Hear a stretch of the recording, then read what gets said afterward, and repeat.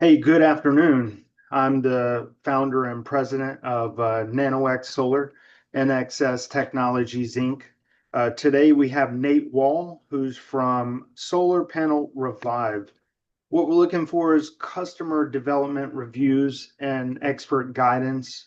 We're looking for a subject matter expert like yourself, being in the field, installing photovoltaics, BESS, and looking at the energy transition as energy as a service and infrastructure as a whole on the industry. How are you doing today? Nate, thanks for joining this call. I'm doing pretty well. Thank you very much for having me. Absolutely. I put together a few questions, and we'll just kind of start off with the solar panel durability and product quality. What are the environmental risks to climate change for hail, wind, snow that are most concerning for your solar installations? And how do you evaluate solar panel durability in the field for your? So I mean they're fairly durable. They withstand a lot. I've seen them in country club areas where they take extensive golf balls and they do crack sometimes, but I mean they take a good front force of it without too much damage besides micro fractures which degrade over time. But the real environmental issues are hail. I mean that's the number one thing. Obviously panels can get wet, so rain is not an issue. Same thing with snow. The weight on them is not a big deal, but because over the course of the entire panel, it's not just in one centralized area. But hail, it's a heavy rock that falls and it hits all over the panel. And, if it gets it right in the middle or in an area that is not by the frame, it'll crack it. It'll just, destroy the panel. Absolutely. Those degradation from those surface area cracks, it really affects the performance lifespan of the product. When selecting a tier one PV manufacturer, do you look at the top 20 suppliers in like 2024 or top manufacturers in the world? I look for the top five really that's used by the finance companies now. They generally stick with the tier one panels, i.e. REC, Silfab, QCell, LG when they were around. Obviously, they're out of business right now. Not out of business, I'm sorry, but out of the solar panel game. Um, and so I've gone with those for the most part. I had no issues with them. The panels are around the same size physically, so there's really not a huge size difference with them. Obviously, it changes in the watts, but the physical size of the panels is the same. And because of that, say they're 74 inches by 43 inches. The glass, it's a lot of glass, but I mean, it still takes a beating. If it was a wider glass or a longer glass with a longer frame, I feel like it would be a lot weaker. It would just crack easier. Yeah, I felt like they kind of stayed with that certain size format between I would say going from a 300 to the 600 watt panel. They didn't want to go any bigger, but today we're seeing the 715s and the 730 watt panels go out there. And what specs or certifications do you look at the, panel level manufacturer? Really, just UL listed as the number one. I mean, as long as it's going to be approved by the AHJ, that's really what matters, and the customer preference. Absolutely. So you don't you're basically looking for the IEC, the TUV, and the UL certification, and just making sure that panel is a tier one rated panel provider. I know Correct. sometimes Kiwa does performance testing on thermal cycle, damp heat, mechanical stress sequencing, hail stress sequencing, PID, lid, and pan performance by third-party labs.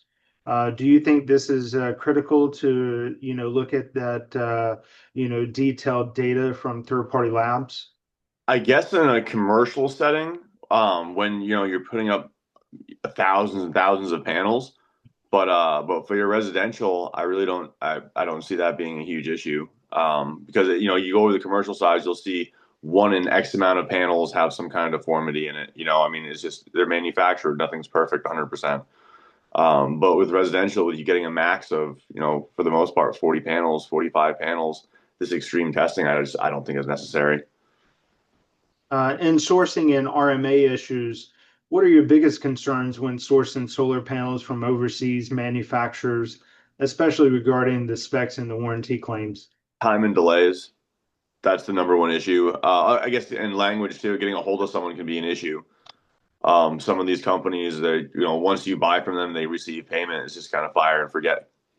They're hard to get a hold of. They'll try to do anything they can to get out of warranty. Now that's for panels. I really haven't had any issue with the other companies that, in the US, but just the overseas ones, they're difficult to get a hold of, and it takes weeks sometimes to get the part back. Yeah, you ever have to verify product claims and, Oh yeah, it's like go to the stressful. field, all sorts of photos they want and videos, and they want all sorts of things on the panel before they take it back.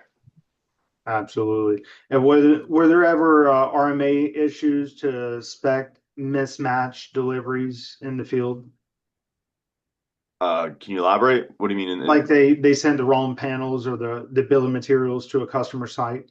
No, because for the most part, I get materials delivered by Green Tech, so they would be the ones that would take the brunt of that. Absolutely. Yeah, they're So reputable in yeah. every state. Yeah, we So I mean, when I get delivered from them, yes, there are minor things that happen. Oh, hey, we forgot to throw in a bag of S clips. Oh, hey, we missed a box of mounts or something like that. But that's on them. That's not on something because it's overseas or anything. I understand. Yeah, that's important, but that's downtime as Yeah. well. Having to run back and forth to the, versus Home Depot or the supply house to send one of your journeymen out there, and you keep your master guy on the roof and on the ground trying to keep the project flowing. Looking at the interconnect challenges, what have been the most common cause of interconnection delays or denials in your For projects? again, strictly speaking, residential. The biggest delay has been starting a house with a customer, and he says, "Oh, well, I want to put this many panels there." Well, sir, you can't do that. I mean, you're going at 150% of your usage, and obviously you're not allowed to do that. And they try to weasel it down a little bit, and now you're talking to 111%, 112%. You submit that. Sometimes you get away with it. Sometimes they push back. So it's really just capacity. That would be the number one pushback. I mean, I've never had an issue with a utility company at anything with 90% or under for coverage. And in Virginia, they kind of limit that, correct? Uh, so they do, but I've seen 110% in Virginia. Okay, that's good because compared to California, I feel Oh like yeah. they're not really giving back to the consumer for the added advantage of Well, net metering. there's no point in having solar panels in California without battery backup. There is a point to have it here in Virginia. Absolutely. How do you navigate the utility approvals and what has worked well with you? I navigate nothing. I send them the design. They either approve it or deny it, and if they reject it, I find they tell me why they reject it, and then I make it work so that they approve it. Generally, it's just overcapacity.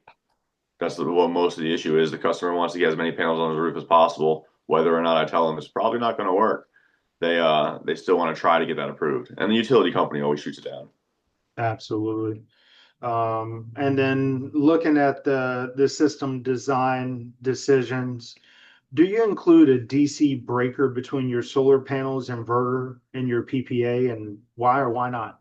So it's generally necessary. It's generally an AHJ requirement to have some kind of disconnect between the panels and the inverter, whether it's a breaker box or a disconnect. But I mean, there's usually two disconnects on the property.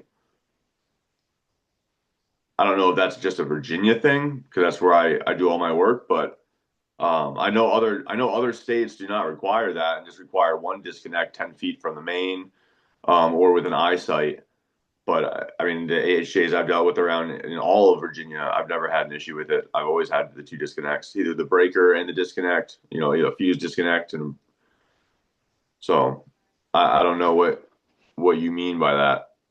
Absolutely, the breaker and the fuse balancing between the stringer, the MPPT, or the microinverter. Yeah, Uh, that's what every home we do. yeah, looking at that. How do you select your inverters? Looking at Solar Edge, Solar Art, CPS, So there's a lot for C&I and residential. Do you yep. like the larger 600 volt or 800 volt by the next gen standard? I generally stick with Enphase. I do Solar Edge if they like it, and I do install the Powerwall if that's something that they really, really want. But I try to stick with Enphase and Solar Edge just because of the customer service and how easy it is for the customer to monitor it. It's very user friendly. It's very easy to get onto the monitoring portals of Solar Edge and Enphase and get all the details and what you're looking for really quick and easy. Absolutely. And so Uh, for user friendly and for making it easier for me to sell, I would go with Enphase and Solar Edge all day. Customers that do a little bit of research into it, they'll generally do a Solar Edge system with a Powerwall back, the Powerwall for battery backup. yeah, Tesla's taken over the residential space with their O&M life cycle. Yep. For ESS and C&I storage for data centers, who do you like better for a one block setup and O&M from what you know today? Cattle, BYD, Lithium, and there's newcomers on the market share today. Yeah, honestly, I'm not really sure for the CNI. I've only stuck with residential, but the LiPo batteries are what I know people are doing for off grid. Yeah, LiPo has been the industry standard. It prevents thermal runaway. We also are seeing now the zinc air battery cells are being tested by NASA. I Uh, have not used and those. then also with the sodium ion cells, we have the unigrid cells that we're looking at integrating into the megawatt packs. And those packs can be racked and stacked for the ESS storage. But lithium iron phosphate has a 400% improvement in its anode material and anode free material. So we're looking at the safety and the cost trade-offs. Oh, Uh, it'll be much easier to get here, the material for it then. yeah, there's a cost trade-off between these technologies, and when you design these system designs, have you seen you having utilities or authorities having jurisdiction to require these types of upgrades into the safety of the systems, as you said, per Uh, zoning or state? So no, I have not because of for battery backup for grid tied systems, I've stuck with Enphase and SolarEdge and Powerwall. So once you put that into the one line and you submit that to get approved, I mean, there's no issue with that at all. They know that these systems are like up to date and advanced as long as you're using the newest. It's not like I'm trying to go to the utility company with just some battery bank that I put together and said, hey, will this work? So there's been no questions or drawbacks from using any of the Enphase, SolarEdge, or Tesla batteries. They've never asked for any more information about it. They never asked for it to be updated or any other further specs on it. Excellent. For fire safety innovations, have you considered using art box enclosures for your MC4 connectors to No, I have enhance not. fire safety? I'm very familiar with them. I again, it's one of those things that for commercial and maybe more valuable in residential. I don't know if you remember the Walmart fires that happened a few years ago. I'm not. Wow. So Tesla I gotta get this straight. So Tesla installed on a bunch of Walmarts, and they used the Amphenol connectors with the MC4s on the panels, and it started fire, and it burned down a Walmart. So either Tesla sued Amphenol or Tesla sued MC4, but whichever one they sued, they won, and they ended up having to pay Tesla to send people back out to all of their installs and swap out all of the heads to either MC4 or Amphenol. It's one or the other. I can't remember which one they had to switch them to, but Yeah. but Wow, yeah, that's a pretty they big won. major mess up. It was huge. I know guys that were installing this for them for like 2 years, going back to these jobs they did just to swap out the heads for that. So I can see the Arc Box, and I'm actually looking out at it right now. I have it pulled up. It's great for commercial use. I don't necessarily see a use for it or a necessary expense for a residential home. Okay. Yeah, because you get the quick disconnect if you do fuse or non-fuse with the breaker box. And there's it's just such a small amount of them compared to a utility grid size install. I mean, commercial you're going to have thousands and tens of thousands of them. I can see that being one more expense, but a fire protection for safety, and I can see that being put into the cost and being approved because it safety first in that scenario.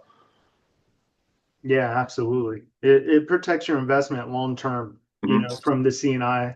And I think that, for some of these, more restrictive areas where high wind and it's dry environments, depending on the roof type, it could be ideal as well to protect your investment if you have an older roof. Yeah, and it can also be argued to protect your investment against any house because of the critters. You know that the critters go up there and start chewing on the wires. We see it all the time now. I find dead ones up there all the time. Dead fried squirrels just from chewing in the wires. The old end phase cables were coated in peanut oil, like 10, 11 years ago when they first started coming out of them. So that attracted the squirrels up there on the roof, and they'd shred them. And what happens when you cross phases? You get fried, and that's what would happen to these little critters. So that would also help that because it's another possible fire that would start there with the arc fault. It sounds good. With the ESS integration strategy, how do you currently approach integrating energy storage into your PV system designs? Uh, I don't understand by the question. I know how I integrate it into my sales pitch with the customer, but I don't understand what you mean by integrating in my design. It would just go on to the Yeah, ad design that I send in to get approved. do you look at your size and decisions or using AC or DC coupling? Oh, okay. I see what you're saying. Yeah, I mean, obviously, I try to see what the customer is using and try to match it up proportionately. But you can use, I mean, it depends if it's a whole home backup or a partial home backup as well. Um, Partial home backup, I'm probably going to pick just like the Enphase 5P or something like. I'm sorry, the Enphase 3.3. But yeah, I'm sorry, I still don't understand what you mean by Yeah, how I put but it. those are DC coupled, right? On Yes, the in-phase size. yes. So it makes it easier for the residential to be able to add to that later at a, sizing up as needed. Again, I've never had an issue though with batteries for that because you can always add more batteries. I mean the grid's not going to disapprove if I want to put one battery as opposed to four. Absolutely. It's just the We're amount we're of panels seeing, of production that they care of that they would limit. yeah, absolutely. It's easy integration with the DC coupling on residential. And for the CNI, we're seeing AC coupling to add capacity later. Um, and looking at cost and manufacturing innovation, do you believe achieving 9 cent per watt for battery cells is realistic or necessary for scaling domestic energy storage manufacturing? Is that for commercial? This is actually for both, studying the market share. We're seeing Fluence at 9 cents, and we're also seeing the residential at a little bit, a few tenths of a point above 8 cents per cell watt.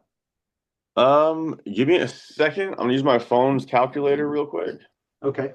just for some quick math.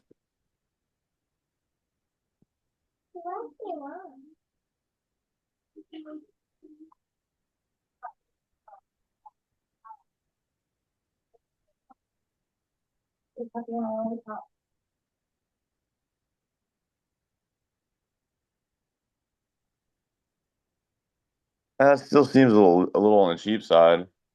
This is at a commercial manufacturing scale. This is at the cell cost. This doesn't include the BMS and the other hardware.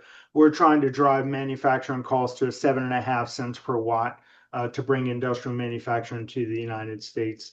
And it's always good to, see where you're looking at with, if cost is a driver that matters.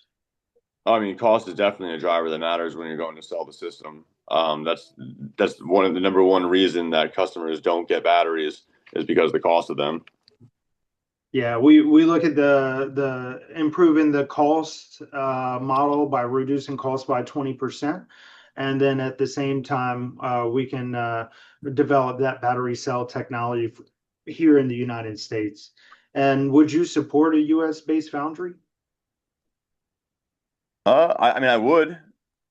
Yeah, I think it's it needed to carry the torch back to America, the marketed products that were sold out of China. It's a cheaper LCOE, but the safety factor there, you want to be able to rest assurance at night. As you said, you go to tier one Enphase Tesla to put those products in residence. You know that at the end of the day, it's a quality assurance. Yeah. Looking at the grid resilience and policy support, what would it take to convince regulators, utilities, or government agencies to support a major leap in clean tech adoption, especially around all solid state battery technologies? In PPAs. Yeah, like looking at the next gen batteries for these PPAs. I mean, I think it's going to take a lot of the federal government. I don't think it's going to be state to state. I think the tax credit's going to have a huge thing to do with it.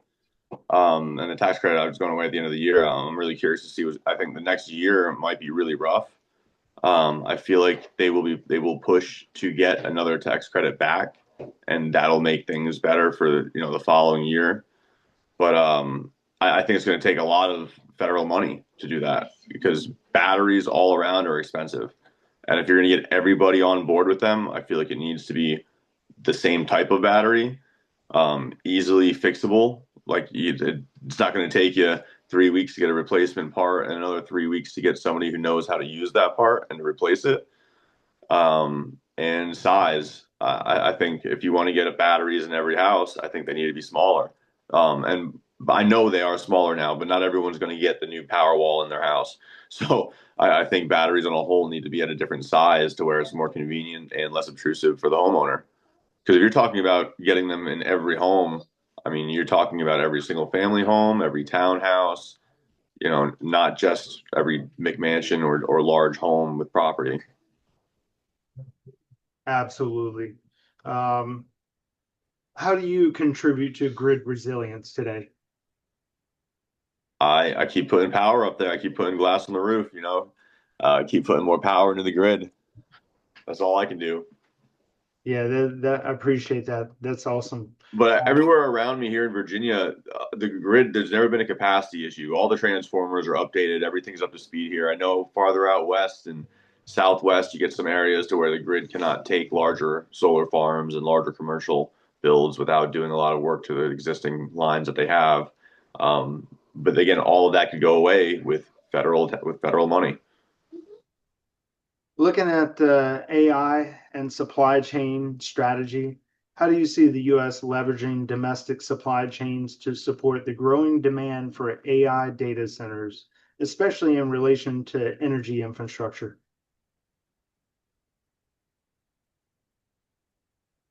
I mean, more power to power. I mean, we need more power to power the new data centers going up. We're going to need to expand eventually. Right now, we have enough our lines are enough to hold, a lot of what we have now. But if we're trying to get more and more data centers and draw more and more power, that power's got to come from somewhere. It's not all going to come from the utility company. It can't all come from solar because we don't have enough of it yet. But yeah, I don't really know that. Yeah, what infrastructure gaps concern you? The the physical gaps down here. So the farther south you get, the cheaper the land gets, the more they want to put data centers. The farther it's away from the transmission tower, the big the big pump houses and the big power line store where they push it all the power from. The further you get from that, the slower it's going to be. The more you need to update those lines closer to it. That's going to be more expensive. That's a really deep insight to the strategies ahead for future planning. Everything is just money to me. I just see everything being money. And a great example is I moved 2 hours south of where I was living before to get away from the crazy, congested areas, the crazy highways, the traffic. Well, now 4 years later, that area is coming to me now. Slowly but surely, I have a Starbucks and an Arby's less than 5 minutes from my house, which did not exist when I moved here. So it's going to happen, but it's going to be very expensive to do without federal money. Yeah, I-95 is like the, super lane highway for data centers. They keep building them. You know, they started in the north and now they're building south, as you say. Oh yeah, Power is cheaper and more land. yeah. Looking at AI software for power purchase agreements and virtual power plant optimization, what role do you think AI-driven software innovations could play in improving the procurement and optimization of PPAs and VPPs? So that's well out of my wheelhouse. I'm really not sure about any of that. It is, looking at the interconnects, looking at easements, and bringing in all these data sources to really granular look at the geotechnical and also looking at the solstice cycle from the NREL and the DOE. And then that helps simplify your decision making, the greenfielding, turning the feasibility into likelihood of less risk to development. I AI makes that decision making that you and I can't do, but it fundamentally brings all those data sources so we can be better decision makers. So it's not really making the decision for you, it's just allowing you to see all the information to make the decision yourself. Absolutely.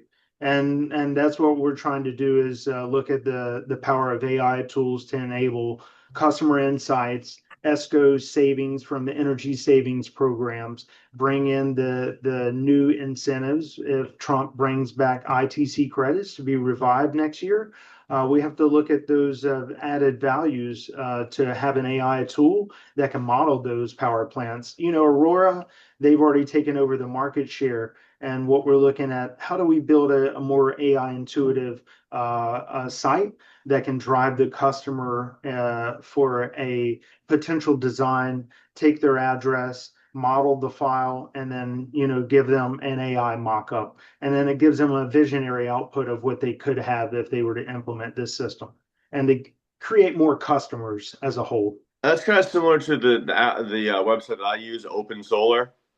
It allows me to map it out on their house and give them a good idea of what it's going to look like. It's not so good, as it would show them like a 3D model of it and like their actual house, and alive with the panels and everything.